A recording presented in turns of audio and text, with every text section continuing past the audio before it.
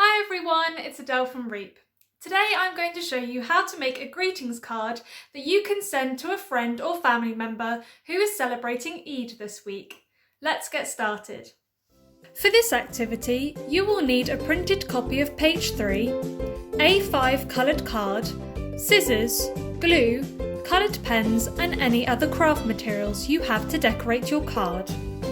Fold a sheet of coloured card in half, then cut 2 parallel slits about 2 cm long and 2 to 3 cm apart in the middle of the folded edge. Unfold the card and use your fingers to gently push the tab, the piece of card between the slits, towards you. Refold the card, then run your fingers along the fold so that it is firmly creased. Crease the tab section in the opposite direction so that it sticks out from the rest of the card, like I'm doing here. Cut out the crescent, moon and star templates on page 3, and then trace them onto another piece of card and cut them out. Stick them onto the tab section so that they pop out of the card when it is opened.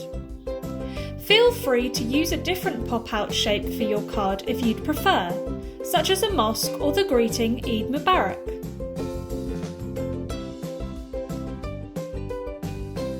Fold another sheet of coloured card in half and then stick the piece with the pop-out section inside it, taking care to line up the edges.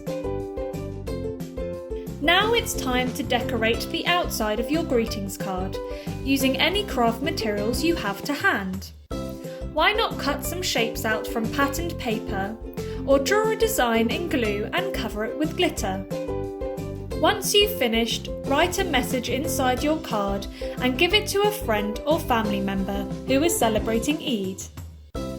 I hope you have lots of fun learning about the festival of Eid and making your lovely greetings cards this week. And Eid Mubarak to anyone celebrating Eid later this week. Bye!